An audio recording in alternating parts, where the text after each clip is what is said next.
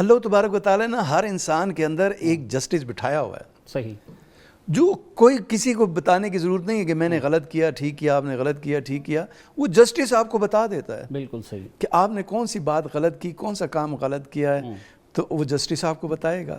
لیکن مصیبت یہ ہوگی کہ ہم نے اپنے اس اندر کے جسٹس کو مار دیا ہوا ہے۔ آج حضرت ہمارے لوگوں میں ایک خیال آ گیا ہے ہمیں کہ ہم یہ سمجھنا شروع ہو گئے ہیں کہ جب تک ہم اپنے بچوں کے لیے کچھ بنا کے نہیں جائیں گے تو یہ تو پیچھے رل جائیں گے، تو اس وجہ سے ہم ان کے لیے جائیدادیں اور بینک بیلنس اور یہ کرتے ہیں۔ تو اس میں اسلامی کیا حکم ہے؟ یہ بنانی چاہیے؟ ممنوع نہیں ہے، اللہ تبارک تعالیٰ نے منع نہیں فرمایا، نہ اللہ کے محبوب نبی نے منع فرمایا، لیکن اس میں شرط یہ رکھی گئی ہے کہ حلال ہو۔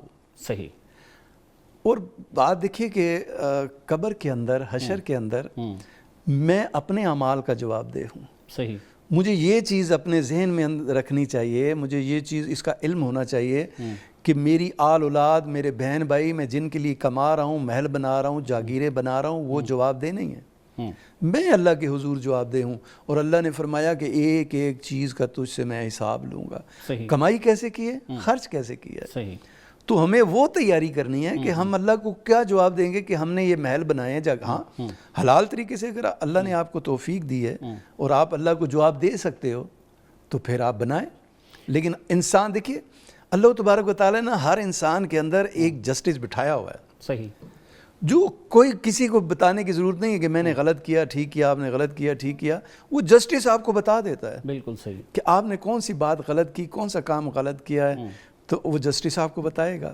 لیکن مصیبت یہ ہوگی کہ ہم نے اپنے اس اندر کے جسٹس کو مار دیا ہوا ہے۔ ایک حدیث شریف اس طرح کی ملتی ہے کہ جائیدادیں نہ بناؤ دنیا میں ورنہ اسی کے ہی ہو کے رہ جاؤ۔ جی جی، بالکل، دیکھیے نا، جاگیریں اور جائیدادوں منع فرمایا گیا، لیکن اس کو ساتھ ساتھ یہ کہ حلال طریقے سے بنتی ہیں تو بناؤ، اس کی بھی ممانعت نہیں ہے۔ صحیح، صحیح، بے شمار ہمیں احادیث میں ملتا ہے، قرآن کے حوالے بھی مل جاتے ہیں۔ جی جی، بس شرط یہ ہے کہ اس کے اندر حرام مال شامل نہ ہو، صحیح، جو آپ کی قبر اور حشر کے اندر آپ کی اپنی عذاب اور جہنم کی آگ کا ذریعہ بن جائے۔ حلال سے حاصل کیا ہو، حلال سے حاصل پھر اس میں جو زکوٰۃ وغیرہ ہے وہ بھی ادا وہ آپ کی نے ہو، ادا پاک مال کرنی ہے، تو اس سے بنا سکتے ہیں۔ وہی جو قرآن اور حدیث میں جتنا حصہ مقرر کیا گیا آپ وہ ادا کریں، بالکل ٹھیک، تو اللہ تبارک و تعالیٰ اسے قبول کریں گے اور آپ کے مال کو بھی پاک کر دیں گے۔ بالکل، دیکھیں نا، حدیث میں یہی ہے کہ جب آپ اپنے مال کی زکوٰۃ ادا کر دیتے ہیں تو پھر آپ کا مال پاک ہو جاتا ہے، حلال ہو جاتا ہے۔ بالکل ٹھیک، بالکل ٹھیک، تو بس شرط یہی ہے کہ